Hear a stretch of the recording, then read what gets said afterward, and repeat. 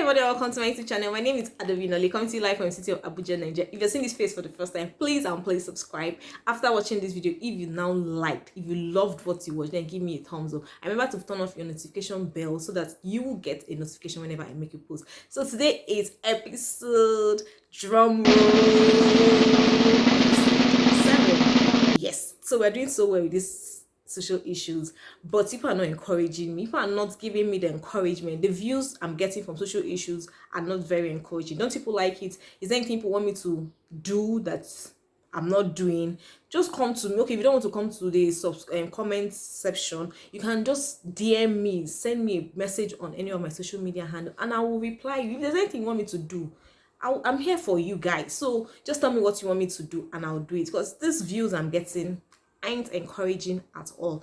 So I'm going to try as much as possible to make this video short, because all my videos are usually 20 minutes plus. Today I'll try my best, so help me God.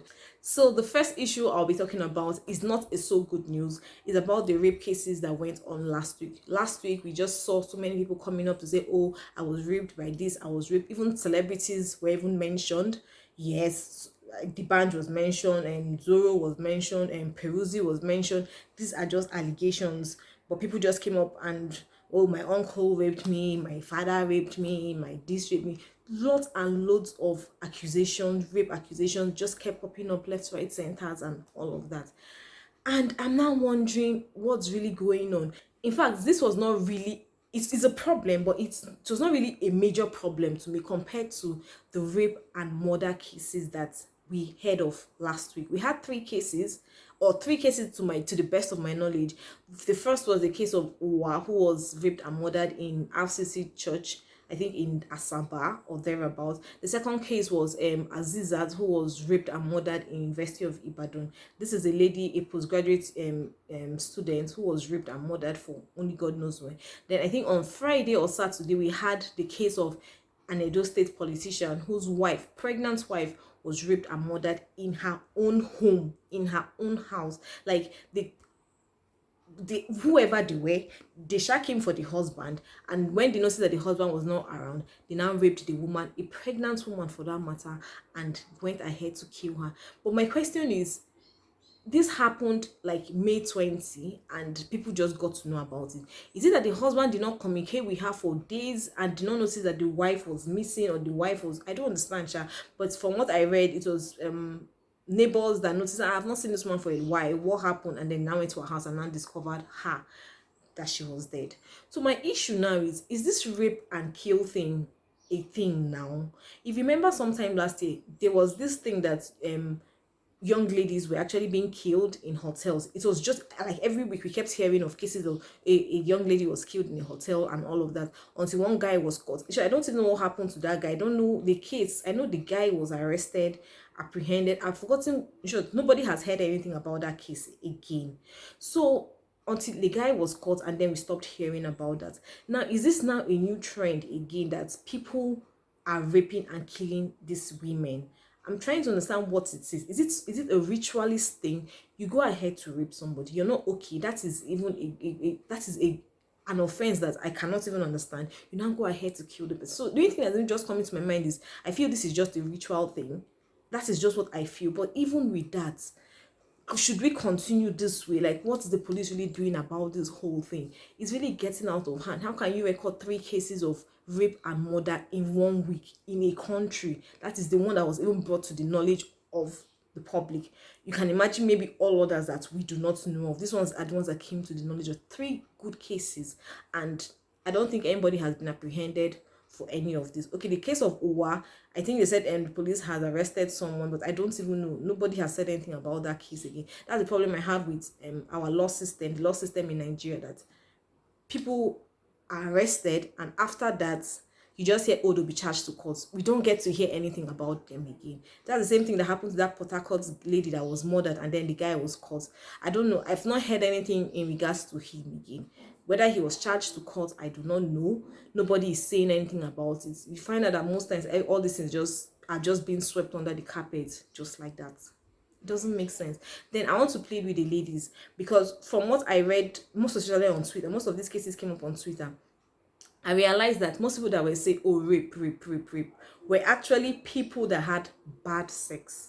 Yes, people that had bad sex, or people that are actually having problems, or actually trying to drag their exes into a mess. They now go ahead to just cook up stories and say, oh, it's this one and that one.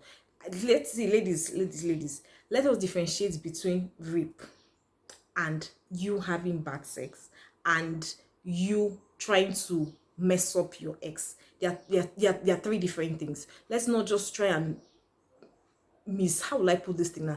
Let us not change the definition of rape, because there are so many people out there who are being raped on a regular, but they cannot come out to say things because they actually watch what other people are going through, and they are seeing that, oh, even if I come out to say a thing, it's not going to favor me, it's not going to be in my favor, so why should I come out? Don't come and spoil the chances of other people coming out to speak about these rape cases. If you're not being raped, please just keep quiet. Keep quiet. If you want to get at your ex, there's so many ways you can get at your ex. Don't come and be saying rape, rape, rape, rape. It's uncalled for. So the second issue on my list today is about can you guess? It's about our auntie, my auntie, Diezani. Diezani was the Minister of Petroleum under Jonathan's tenure. And after the handover, 29th May 2015, no one saw her in Nigeria. All we kept hearing is, oh, she's abroad, she's receiving treatments for cancer and all of that. And even Dele Momodu actually interviewed her and said, yeah, she's down, she has cancer and all of that. And then we didn't hear from anybody again. EFC said, oh, they can't repatriate her, or they were trying to repatriate her and it was difficult. They were just start talking like what I did not understand and what virtually everybody could not understand. So we just left it like that, like, okay, let's see how far, let's see how these guys are going to go about it. And then we woke up one day with a bomb. Like, we woke up with a news that nobody was expecting. You only see this kind of things in movies. Personally, I never thought someone would do this. I only see this in movies. I only watch this in movies. So when I read this, and I'm like, wow, you know, we really have people that are game planners. We really have people that sit down and mastermind some things. Like, this woman actually had or got her citizenship in Dominican Republic 2 days or few days after handover, I think June 2, 2015. And now, guess what? This woman, Diezani, is now the Commissioner of Trades and Investments in this country. This is a woman that is expected to come back to Nigeria and answer for all the embezzlement, in quotes, embezzlement, accusations of embezzlement that she did. And what do we now wake up to see? That this woman is a commissioner. You see, I think it's high time we Nigerians stand up and say enough is enough. Because as day goes by, this country is actually going down. Like, you hear today, oh, we borrowed money from so and so place. Where is this money being used? What is the money being used for? Rather, these people are borrowing money for themselves. They're borrowing money to put in their own pockets. They're borrowing money for their own children. They're borrowing money for their own generations. At the end of the day, it's your children, it's my children that's going to suffer for all of this crimes that is being committed, all of this embezzlement that is being done, because we are still going to be the ones that will have to still pay for this. Imagine this man now is now a citizen of this country. What do you think? Her children will not even have to be in Nigeria anymore. Her children, I'm sure her children, all just apart from this citizenship, I'm sure her children already have other are actually citizens of other countries apart from Nigeria. I'm very sure of that. So you see, at the end of the day, that these people are actually leaving us and our children to children with so much debt that we'll actually have to pay. So what will happen? What is the EFCC doing about all this embezzlement going here and there? I think EFCC needs to wake up and actually carry out their duties as it is, because we are tired of all of this. This regime ends and then you hear, oh, they embezzle so and so money. The next regime comes and so and so money was embezzled. At the end of the day, we don't get to see this money. Then what happens? Who gets to pay all of this? All the money that is being borrowed left, right, center, where are they? What is it being used for? We're the ones suffering for it. We as a country are not supposed to be in a state we're in currently, but no, we are in this state because we have bad leaders who have refused to say, okay, enough is enough. Let us try and make our country good. Okay, let's put ourselves. Let us just think of what's going on currently in the world. Right now, we are fighting with this corona, whatever, and you are here in this country. You are not in any other country. You are now here in Nigeria with we the poor masses now. There are no good hospitals. nothing is working in Nigeria, no facilities is working in Nigeria. Now tell me, if only you took that money you embezzled and put it into good use in this country, don't you think today you and I will be enjoying better healthcare and facility? Don't you think that maybe the number of deaths that have been recorded in Nigeria as a result of this corona whatever would have reduced? Don't you think that mortality death rates too would have reduced in Nigeria? Don't you think that children dying today would have reduced? Don't you think that the number of illiteracy cases in Nigeria would have reduced? There are so many what if. There are so many what if. But no, we just choose to keep embezzling money day in, day out, without remorse. We just do it like it's our duty, like you're entitled to it. You just feel like it's an entitlement. I should just borrow money, embezzle it, and nobody can say anything. Like, really, we cannot say anything, but in the end, you will answer to God. That is just all I have to say. So the third and final case or issue today is the Big Brother Nigeria reunion. This reunion is basically more like highlights of incidents that happened in Big Brother Nigeria in 2019. So we saw some of the housemates in the house, and they just kept talking, analyzing the incidents, the activities that happened in the house. So I'm just going to give you more like highlights of what happened. I wrote them down because I cannot put all these their talk, pepper them in my head. So I'm just going to pick and talk about it. It's going to be very brief, really. So the first day saw Ebuka asking the housemates, oh, what type of pepper are you? Tacha, Mercy, and Omoshola said they were Tatashi. In my mind, when Omoshola said he's Tatashi, I'm like, Tatashi, like, I don't understand. You Tatashi, you were not so hot, like you were not so hot in the house. Yes, if you say Mercy and Tacha, they were the real peppered them in the house. But Moshola, no, even the housemates even disagreed with him when he said he was Tatashi. Nah, Moshola, nah. So the third day, they were asked, okay, who was the fashionista of them all in the house? And of course, we all know it was Mercy. Mercy came into the house with not three small boxes, three big boxes of clothes to the house. And I'm like, I don't think Mercy repeated any clothes while in that house. And they stayed in the house for 3 months. Mercy did not repeat a damn clothes.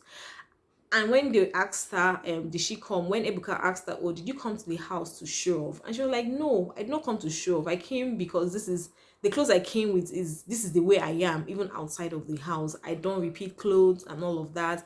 I'm a fashionista and all of that. And you all know Mercy won the best dress in the AMVC awards. So you can see that the girl is actually good when it comes to dressing. Yeah, she's a very good dresser. I give it to her. She dresses very well.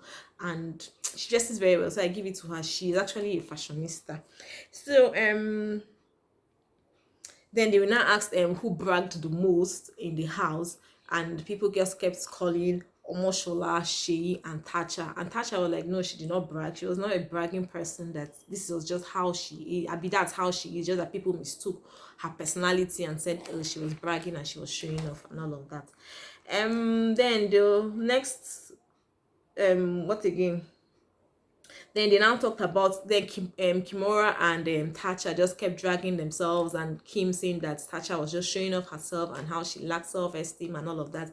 But wait first, why was Mercy laughing like that? Why was Mercy laughing that way? Mercy, I don't understand. I feel that was uncalled for, baby girl. I feel that was so uncalled for. You shouldn't be laughing like that because they were dragging Tacha. Like, yes, I was expecting this. I was expecting all the pepper them, because after that's why it's called pepper them. I was expecting all of this dragging, but the dragging got to a stage that I'm like, they came for Tacha, but Tacha is also a girl that can talk. She can talk for herself, and she knows how to express herself again. So I like the way that she actually came for them. She actually responded to them at the same time. If you notice Tacha now and Tacha in 2019, you realize that there's a lot of difference between Tacha today and Tacha in 2019. I feel she's matured now. She's more matured. Let me just put the word more. She's more matured now than in 2019. Because if it was Tacha in 2019 that Kim spoke to that way, I can bet you Tacha would have responded with everything in her. But this time around, she just kept quiet and just responded. She was just giving one word answer and all of that. She has grown, and I like that aspect of her.